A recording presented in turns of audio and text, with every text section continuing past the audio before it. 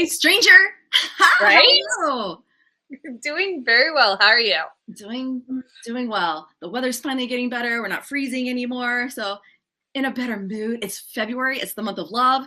And I have a lot of friends with birthdays this month. So Cassie's birthday is this month. So we're going to shout out that. Oh, let me just preface by saying this is being pre-recorded. So if you're watching right now and listening, we are on our way to Belize. So yes, just know. we are on our way.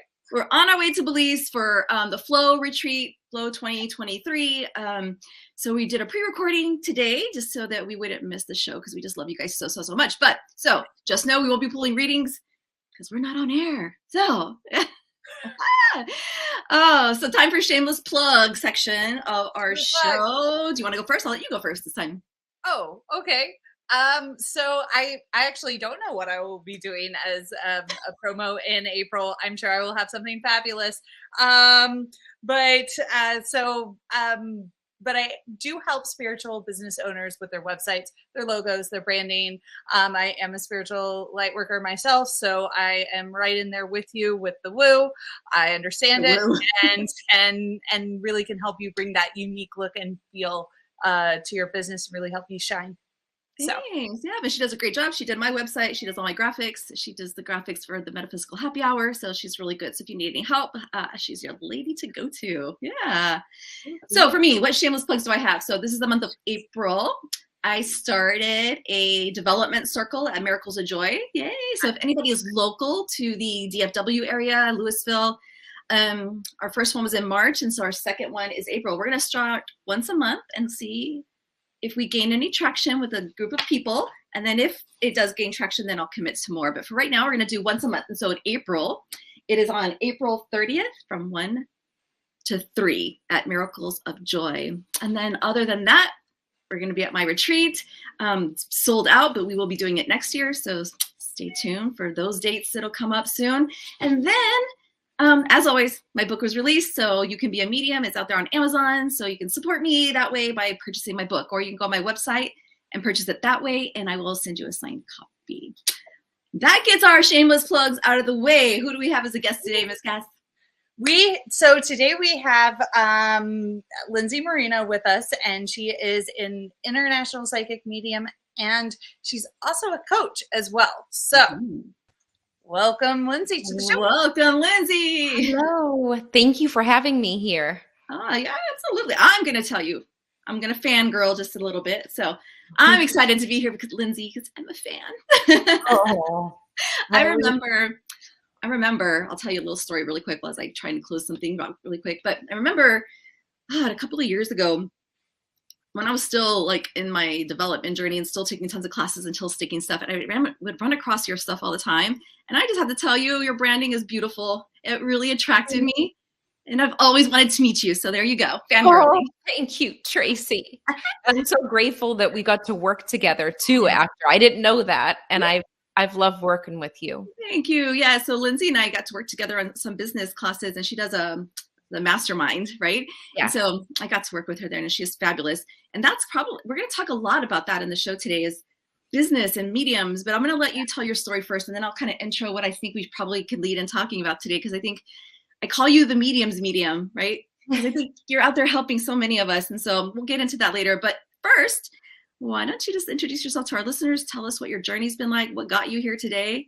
Sure. So the main thing for me, I never thought that I was going to be a medium. I didn't even know what a medium was, actually. I grew up Catholic. I was always into the Blessed Mother, angels, and saints. And I actually was a third grade teacher.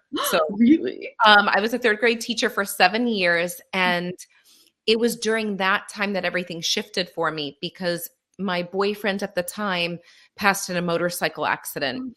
And it was after that everything started to unfold. And most people listening probably have been through their own grief in some way. And when you're going through grief, you're laser focused on, thinking of your loved one. And for me, my big focus was just to connect with him. His name is what you wanted to do. Just go connect. Exactly. So that's where everything sort of unfolded. And I can kind of see the other side of things and being the medium, but also being the person that was grieving and was hardly getting out of bed, just going to teach, really. So that's where my journey started. I know. And it was yeah, it's something that you don't expect to happen in your life when someone passes and everything flips. And for me, I could have chose to just be miserable the whole time, or I could have really looked at it in a different way. And it took me a while, but my big focus was learning how to communicate with him. And that's where the journey started. And I started to connect all the dots from when I was little, when I used to have, I'm putting in quotes, flying dreams, but really there were outer body experiences, and different things started to come up after I went on my journey through mediumship too. I think our stories are similar, and I'm glad you bring that up, because a lot of people will ask, well, what kind of experiences do you have a child? And I think and me and you are kind of like, mine came through trauma. So it can either be naturally born, right? Or I think we can develop a little bit through trauma. So I lost my dad at 19. So my grief and everything kind of turned me into the same journey, although mine didn't happen for years and years and years and years and years later. So I guess when you're meant to do it, and it'll find you somehow. Because that's my dad died when I was 19, and I didn't start the journey until 45. A lot of break in between, right? But I never forgot about that. And so it was always on my mind, always on my mind. I think that's what led me to mediumship. So it's interesting to find someone else who's led to mediumship through grief as well, right? Yes. And that's really tough to go through when you're at that age too. It's a lot to process, at 19 for you to be going through that. So it's interesting, because I feel like the mediums that I've worked with have shared that there is something that happened in their life before, some of them, and they might have put off doing mediumship, but it comes back. It's like, it's always coming up. Even if you push it away, it comes back. It comes back. And like for me, I was married to someone who was raised Catholic. If I brought in tarot cards into the house, they'd throw them away. I wasn't allowed to explore that kind of stuff. And so I think back now and I'm like, okay, well, God, wish my journey would have started sooner in my life, right? Because I just think things would change. But then I think, everything happens for a reason, right? I'm here because of the experiences that I've had, and that's what I can share with other people. And that's kind of what I shared in my book too. It's like, yeah, it was a rough first 45, but the next is going to be good. It's going to be Gucci. So I called you the medium's medium because I just feel like your business has taken a kind of a turn, right? Yeah. So I know you do mediumship still, and I know you're doing galleries, but you have a focus on helping other mediums develop. What made that happen? Why? That was like very organic, like the rest of the experience. For me, I was giving reading. I was doing free readings for years, and because I was teaching at the same time. And then I started to charge because it was really time and energy. And I felt like it was that time. You just kind of know when it is. And what ended up happening is I would give people readings, and then they'd ask me, well, how can I tune into my intuition? So it actually started with the piece about intuition. And because I didn't start saying I was a medium, I actually said I would give intuitive readings. Oh, really? Yes. I feel confident enough. That was safer. To be a medium. Yeah, safer. So I would just say I would give intuitive guidance. And then if for some reason a past loved one popped in, then I would feel comfortable because I didn't have to put the pressure on myself to stretch out that mediumship reading. So it kind of started there. And with that, people said, I want to learn about intuition. So I would mentor people one-on-one over Skype when Skype was big and Zoom didn't exist. And I started to notice a common theme with my students and the people that I was mentoring. They all had the same things coming up. So I thought, why don't I just put them in a group? And then it led to a group on Skype. And then from there, I'm like, why don't I just create a course? And then the course happened. And from there, they were like, I want to learn more about the signs that are coming up intuitively. And it led to the mediumship. So that's how it all unfolded. And then from there, people were saying, can you teach me business? And I would talk to my friends that were psychic mediums that needed help with business and my mentorship students. And then I created the business aspect. Which we all need, because we're not all business people. We're psychic mediums. Right. And I was a third grade teacher. I had to sell to my third grade students, to sell them on a story or a lesson. Yes. Greatest teachers, because for me, I went to be a teacher. Like my graduate degree in education, and I thought that I was going to retire as a teacher, but it was a learning process because I really feel like it's about serving people. But I think a lot of psychic mediums and healers get stuck on feeling horrible about selling, but it's really just about helping. That's the main thing. It's like you're serving them. Managing your time. Yes. Yes. I love that. Because we all need it. Like I tell Cassie all the time, because she's kind of in the same, she supports the light worker on the things, technical stuff, because we are not technical either. So you guys both do the same. You support the things that we're not naturally good at, right? So I think that that's amazing too. And you gave such good advice during our course. And so I try to put everything into play. And that was after years of crying at night, trying to figure out tech stuff for me. That's why I'm like, okay, we don't have to jump through hoops. Like you don't have to do what I did, because, oh my gosh, there were so many nights where I'm like, what am I doing? And I have to go on YouTube and try to figure it out. It was such a process to do everything at that time. It is. It's so I get it. Yeah. So going back to your, it was your fiance that passed away, correct? It was my boyfriend. Okay. Yes. Were you able to finally connect to him? I just want to pick that up there.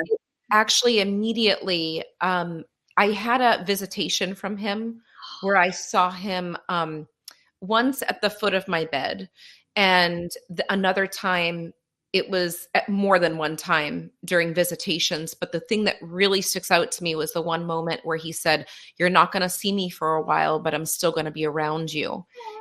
And this was a telepathic communication. It wasn't like, I could hear his voice. It was him speaking to me, straight mouthed, which normally that's what I find for my clients happens. And what I've seen from visitations, there's no smile. It's just this communication. And I remember I kept saying, wait a second. No, wait. And I want to ask questions. And that's all he said. And I knew that with him saying, "You're not going to see me for a while, but I'm still going to be around you," I knew it wasn't goodbye. And I knew that he was around me no matter what. So it gave me hope. Good. It also was very bittersweet when that was happening, because it wasn't like I could get up and talk to him in the same way. Yeah. I knew that he was there. Yeah. So it really helped the start of everything. It was regular communication still to this day.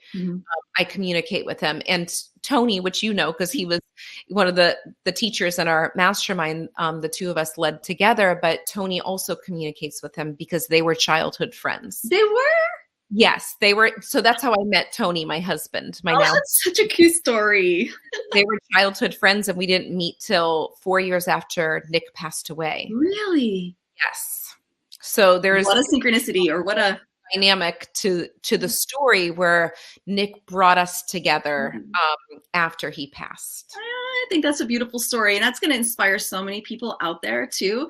Yeah. And it also validates something for me in my practice, because I get a lot of people who are just lost someone, so there's a lot of grief, and I warn them, like, right when they first pass away, you feel them so much, but they do go away, right? They go away for a little bit, but they're still there, but they're just not as noticeable. And I tell people, because they need to let you grieve, and they need to let you figure out give you the space to grieve the void, and then I feel like they come back different. Does that make sense? It does make sense. It's interesting because I feel like during that whole process for like the first, I would say 3 or 4 years, he was very present, but I continued, like that was my mission, was to talk to him. Right. I feel like we can definitely connect in the whole time that they're always there. Yes. But we do, naturally life happens and we might get focused on different things. Like my thing was, okay, we were supposed to travel together. So I'm going to travel and I'm going to take the trip, because that was one of the messages that a medium gave me. He said, keep on traveling, like take the trips. Don't not take them because I'm not physically here. So it helped me include him in my life. Like I was still doing life, but I was including him in it. Oh, how beautiful is that? Oh, I just love it. I love the story, and I love it's an inspiration for a lot of people out there who've lost people. So never give up. Yeah. Yes. Never give up, even when you feel like it, because there were moments where, you know, you think, how am I going to start the day? You know, how am I going to get out of bed? but my little third graders were like my little angels too. So they were very. I can imagine. All right, back to student medium. Sorry, I'm jumping all over the place. So just as we talk, so many ideas come up because it's so interesting. What do you find? Because you've worked with tons of, like, if you had to estimate, how many mediums have you worked with? Oh gosh, definitely over 1,000 by now. I was thinking.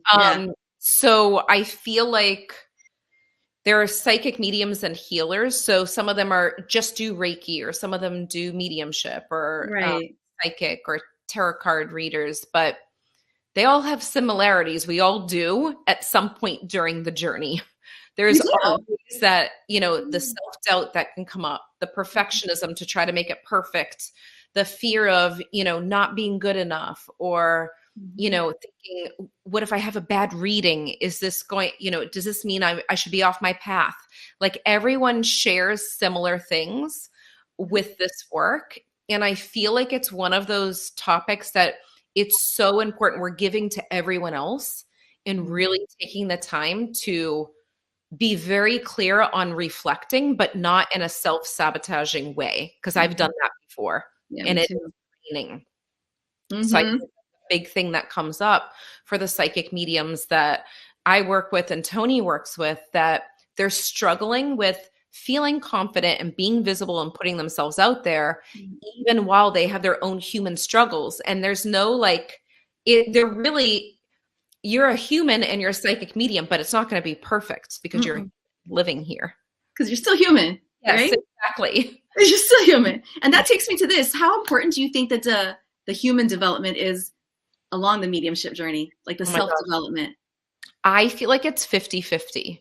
A lot of people just focus in on, the mediumship techniques, but you can be, the best, get all accurate information. But if you don't have the mindset piece down, you still won't even know that it's good enough if you're not doing the self-development and not taking the time to even have time for yourself. It's like, it's definitely a recipe for burnout, because we're giving so much to people that if we're just focused on giving and not having that time to ourselves, then we can burn out faster, and it's not sustainable, It's not. And I think when I came to you, I was at that space where I was on the verge of burnout. I was tired.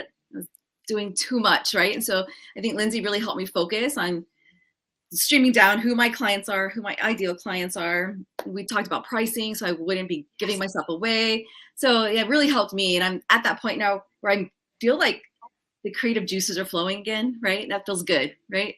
Yes, you always have that creative energy flowing, which is amazing. Yeah. It's something that everyone experiences. It's not just like one person. It's like everyone goes through this at some point during the journey. And I think just knowing that other psychic mediums have either gone through or going through different situations, it makes you feel heard and seen, and know that you're not alone, And it's so important to really take extra care of yourself. And that's one of the reasons I created membership for mediums too, because I found that a lot of my people that I was working with and mentorship, they're like, okay, I love this, but I need a community, and I want to keep on practicing with people. So it's needed. And having the mindset piece with it, along with the practice, is so important. I think so too. And then building your community too. It was really interesting during COVID. We kind of all were forced to go online, more so than if we were before. So we built a community like all across the United. I think it's just amazing. So I have people from all across the US that are now a part of our tribe, right, Cassie? We just bring them on in, right? So it's been an amazing experience. COVID had bad and good. Did you see anything bad and good with COVID for you? I feel like during that time, there's so many shifts that took place, but I feel like a lot that took place was, I actually feel like in that moment, my internal strength was built up. Yeah. Because I feel like there was a process of people coming and going, I noticed in my life at that point. And I really got strong and like, okay, this is my belief system, and this is what I believe in. And it just amplified anything that was within any of us, amplified outward. I feel like that's what happened during that time. Yeah, for you. I already was on online a lot before, a lot online. Yeah. But I found that it was nice to connect with people online, but I also feel like there's power in person too. So the balance of the two, I just kind of used it to my advantage that, okay, this is more, I did a lot of platform events online, and I did it that way in between doing the in-person readings, when it was allowed in certain areas. Because in Florida, it pretty much stayed the same, Oh, it did? Yeah. Yeah. So interesting. Do you prefer teaching in person? You know what? I love both, because I feel like when I'm teaching online, I can get to people in different areas. But like even with the retreat being in person, I love that so much. I can't wait. Yes. Different kind of energy when you are in person. You could see people. Like sometimes I remember when people first came into the retreat house, they're like, oh my gosh, you're short too. And like, just seeing each other in person, you can really touch someone when you're in person. So it's a different kind of energy. I believe you can get the same content, but it's nice to connect. So on a human level, right? Goes, to it. Yeah. On a level too. That's what I'm looking forward to my retreats, connecting on the human level, right? All those women from everywhere. Mm-hmm. Yeah. It's not just behind this computer screen. Mm-hmm. So I feel like there's benefits to both, definitely. Yeah. I taught my first workshop since COVID in person this weekend, and I was like, oh my gosh, I miss in person so much. All the exercises we can do, we can get on the floor, like you can get down and dirty, and right? Yeah, hands-on. Yeah, I like that. Yeah, I miss that. It's like, okay, and then the feedback is different from a facilitator standpoint, right? I don't know about you, being a teacher, probably the same. I think I was just born to be a teacher too, because I feed off the energy of the class, right? And it just makes it even so much better. And that was harder for me online to do that. Yeah. Liked being in person. Yeah. And some people like that over online too. Online. Yeah. Just the energy from it. It was really cool. Love that. What would you say is most mediums, if you had to pick one block, what is that one block that most baby mediums or mediums have?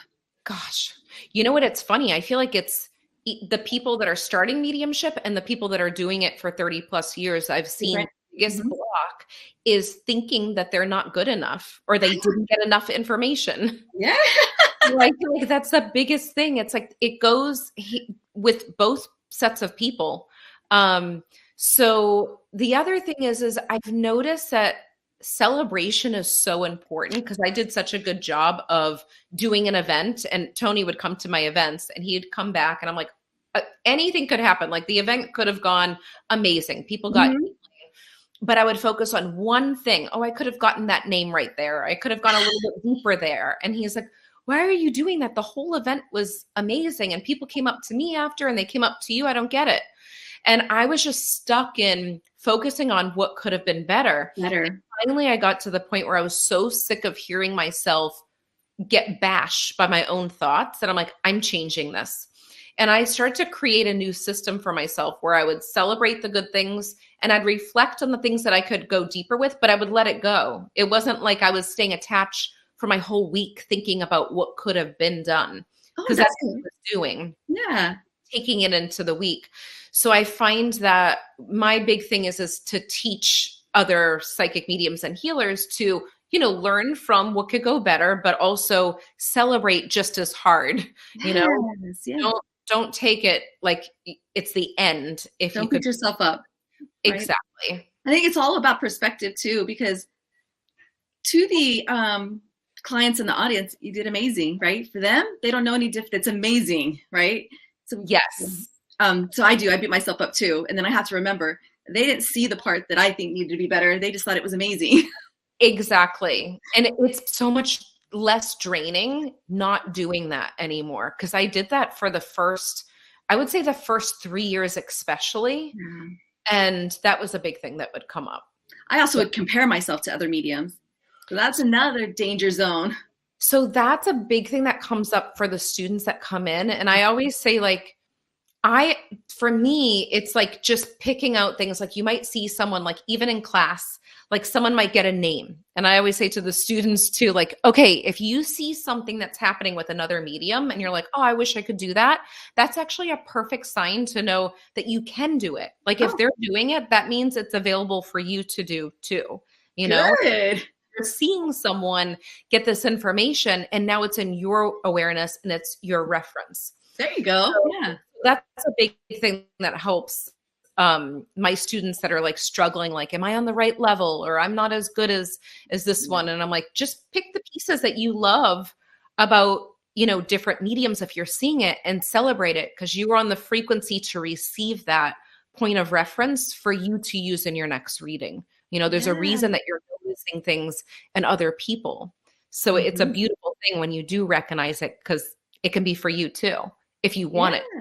Yeah, if you want it. Yeah.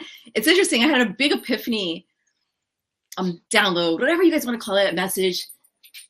I remember when I was first starting out, I was seeking out validation from everybody, right? I wanted to see every medium I could see, or every psychic. And I wanted them to tell me, you're meant to be a medium, or you're meant to be on the path. And I would just wait, and then they wouldn't say anything. And I would, well, I guess I'm not supposed to do this because it didn't come up in a reading, right?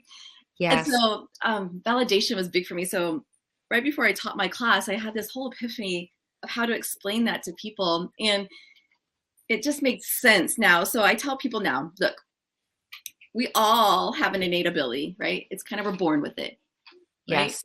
And the fact that out of millions and millions of people with this basic innate ability, you walked in the door today to take my class, there's your validation, right? There you go. Exactly. They were pulled to it for a reason. For a reason. So you are meant to be exactly where you're meant to be right now. And so I think a lot of people got an aha moment from that. And so I tell this story because my listeners are probably the same. They're just searching so bad for someone to validate their next step. And it's the fact that you're drawn to it, the fact that you go to a class, the fact that you want to keep going just tells you that that's the path you should be on. Exactly. That is so true. Because that's another thing that I've heard before. Like, you just want to be told that. And it's true. If you're intrigued by it, there's a reason that you're being drawn to this work. Because for me, when I started, it was really to connect in with one person. And then when I noticed the healing there, it was like, okay, if I can experience healing, I want to help other people heal. But I never thought that I would actually leave teaching. But it's like, you just follow the breadcrumbs and you don't get too overwhelmed with like thinking ahead. You know, if I'm going to do this for work in the future, you just think, I'm intrigued by this right now, and I'm going to go with it. That's what happened to me too. I got a reading, and my very first mediumship reading, and it was so healing. I didn't crave connection anymore. Like, I got what I needed. I was like, wow, how powerful was that, right? I want to be able to do that for other people. And so that's kind of how my journey started too, just from getting a reading and knowing how powerful it was for me to help me. That I was like, okay, I can do this for other people. I want to do this for other people, but do I have a gift, right? And then you go down that, do I, right? Yes. And then it's so crazy when you do get on the path and you are here, then you can reflect and look back. And like you said, the breadcrumbs, it all led you here. Like, it's divinely orchestrated how everything happened for me, right? It's just divinely orchestrated. So I think it's fascinating. Yes, I love it. I love hearing everyone's story, because there's so much meaning in each story. There is. So I wanted to ask you, sorry if you all can hear that in the background, I got a new puppy. So all our listeners know about the new puppy, and he just got into the trash. Oh, so he's like tearing stuff up in the background, like shh, shh, shh, shh. I was going to ask you, I've been totally doing some podcasts lately too. And this part of the show, we just kind of have some fun with some of the fun questions people ask me. But first I want to start, what's your favorite quote? Do you have a favorite quote? Oh gosh. Oh my gosh. I'm going to put you on the spot. And don't worry, because a lot of people get put on the spot and it's fun. I'm thinking my favorite, it's a quote that sticks out to me that not anyone would know would have said, but for me, it kept me going. Tell me. It was actually before Nick passed, a few days before he passed. Oh. He said, if anything ever happened to me with grief, you just got to keep on moving. And he did this with his hand. He's like, you just got to keep on moving because life's always happening. And it really kept me moving. It didn't matter how slow I was moving, but I just kept on moving. And that's the thing that just stuck out to me with the quote, because we went to church a couple of days before and it was all about grief. So how crazy is that? Do you go back and look and say, oh, wow. Exactly. So that was the thing that kept me going. And I think that's a powerful quote, because no matter what you're doing, as long as you just keep moving, it doesn't matter how fast you're going, it's going to get you to move, to keep moving forward. I think that's beautiful. And I think it helps a lot of people. Cassie, what was your favorite quote? It's the quote about, it's not so much about the storm, but learning how to dance in the rain. Love that. Yep. And the first time I actually saw that quote, because I lived and I worked on cruise ships for 5 years, and one of my friends and I, it was a con.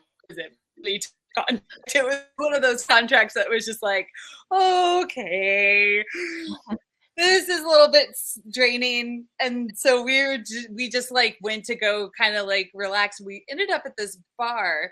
I think it was in South Carolina, because it was on one of the weird cruises that we had. But like we sat down and they had dollar bills like stapled to the walls, and all of them had different quotes and things like that. And so we had sat down at this table, and as soon as I looked over, that was the quote that I saw. Oh, I love that. So yeah, there you go. That's your quote. That's my quote. Yeah. One time, my favorite quote is when I was before my kind of awakening and coming out. You know, just a mom of 3 kids, super mom, soccer mom, married to a man with bad marriage, bipolar, mental issues. So it's just a lot of struggle. And then work, you know, just having a career. And then I remember my boss coming up to me and telling me, to whom much is given, much is required. And that always sat with me, right?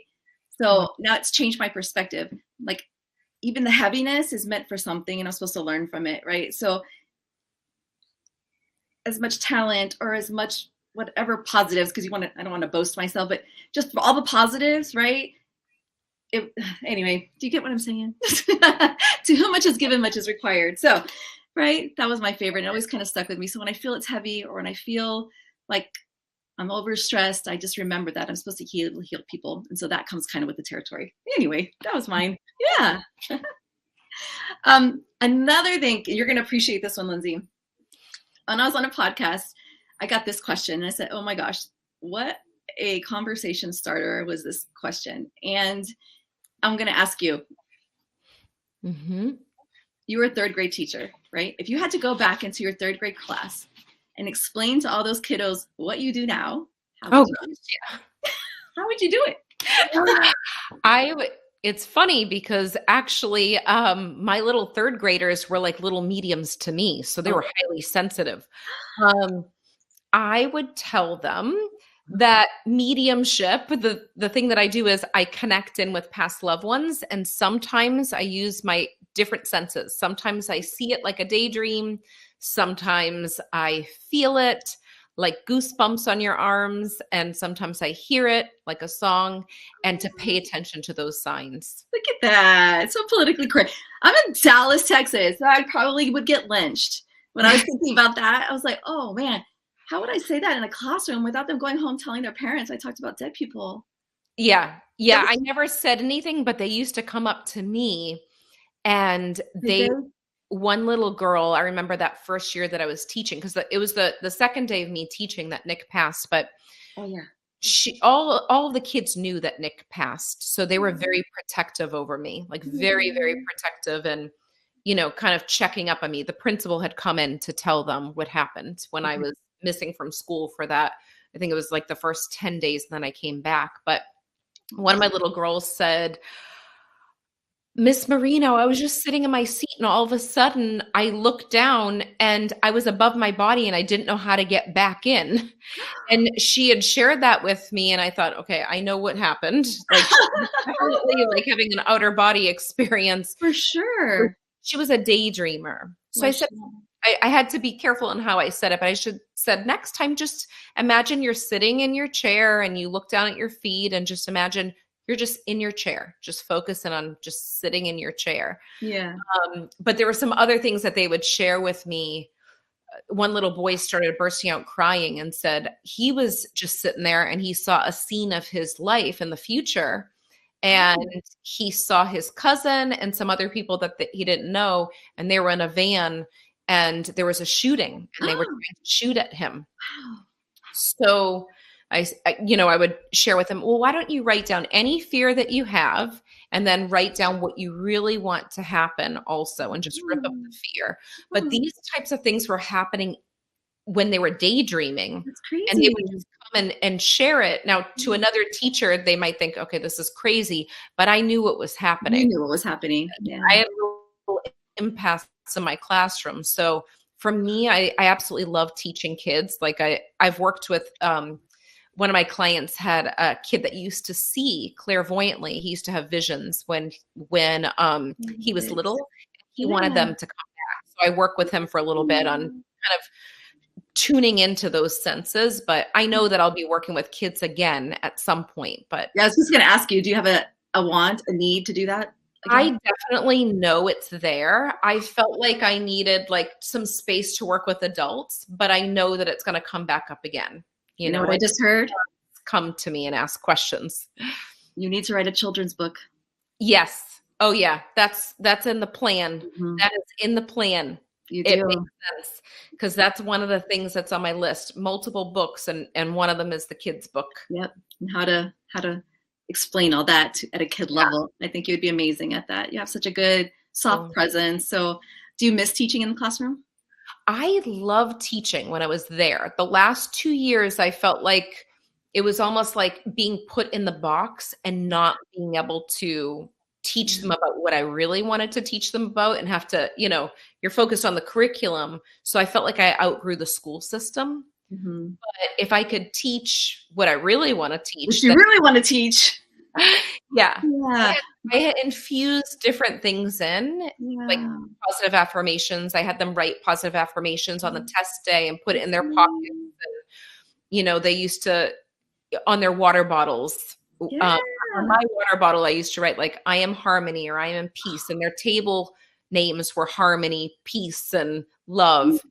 And I remember one time there was a few times that I forgot to write on my water bottle, and they started doing it too.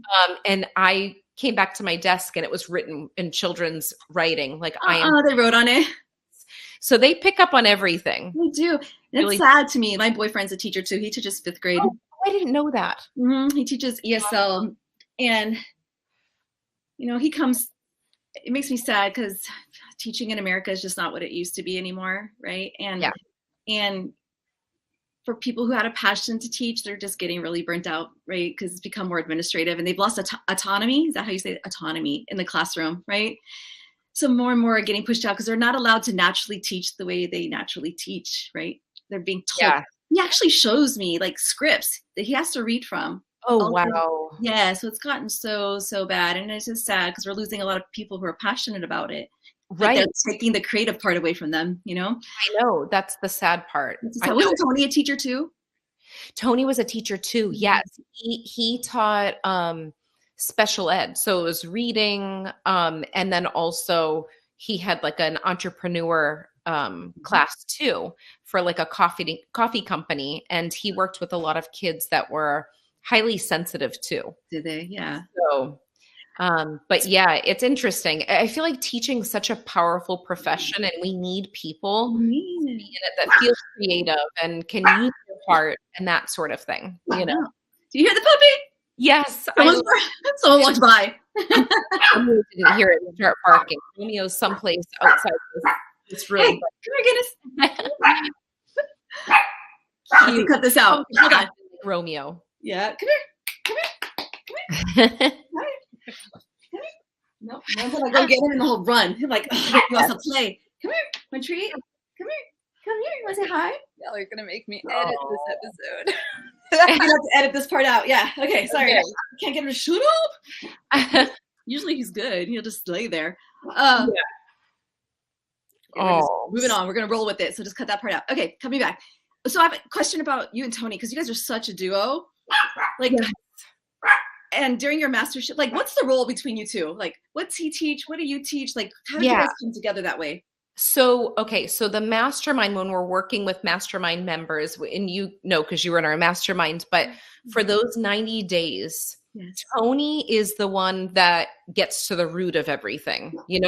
Someone might say, I have writer's block, but really it's not writer's block. There's something that happened deep within. I always call him my little secret weapon. Yes. He works with my students, or he works with people. he's sensing, like feeling energetically and intuitively, so cute, intuitively guided to ask certain questions and hold space for people to really share their truth. Because a lot of time we think one thing is the problem, but really it's a totally different thing that we think it is. So he works with them on the mindset piece and an energetic level to make room for truth to come out. And for me, I'm more of like, okay, let's sit down. Let's see what you have to do for the business. Let's see what steps and order you're going to do it. And I can help guide you through it.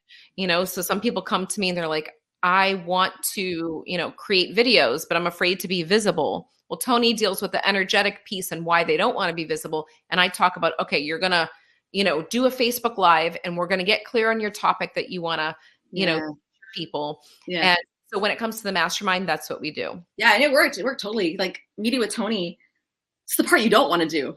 Yeah. To deal with the real stuff. It's like, to go deep dive. Yeah. He'll do this, what is that, 7-layer deep dive or whatever it's called? Yes. I think it's 7. And then he'll say, okay, what's this problem? And you're like, why? I'm like, okay, this is why. He goes, no. Okay. Now why? But why? But why? I'm like, oh, Tony, stop. I know.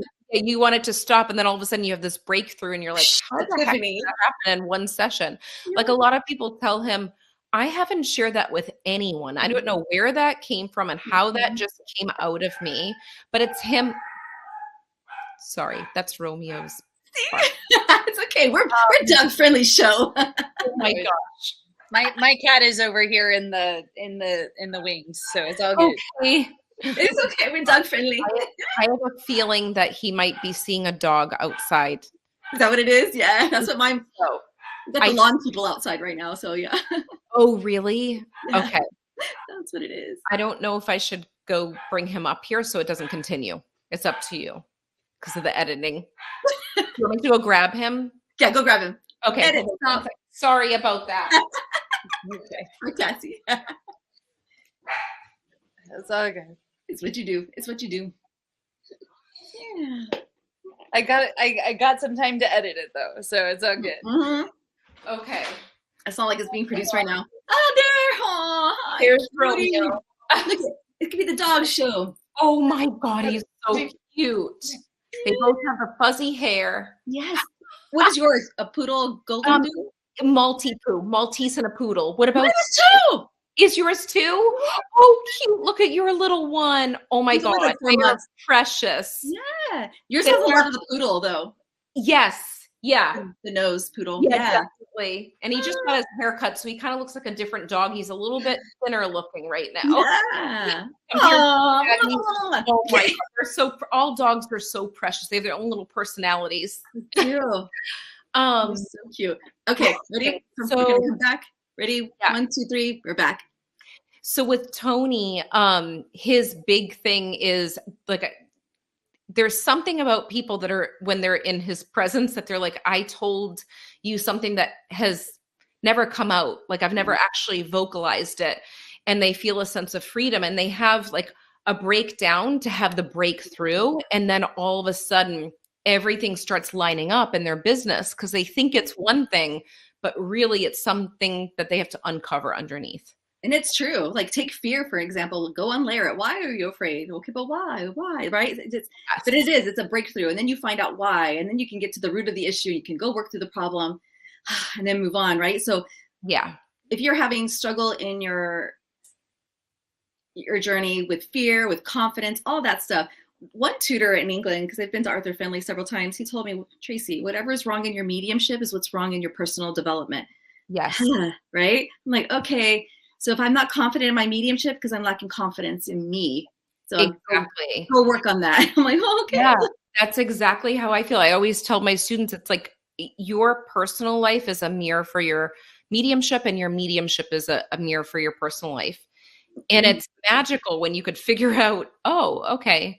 Like when I wanted to feel more with the spirit realm, I wasn't feeling with myself, like my own emotions. So getting in touch with that was a huge breakthrough for me. And that's when everything shifted. Is it? Yeah. Yes. I told my class that this weekend. I said, I struggle with messages sometimes because I have to go emotionally there. Right. Yeah. And so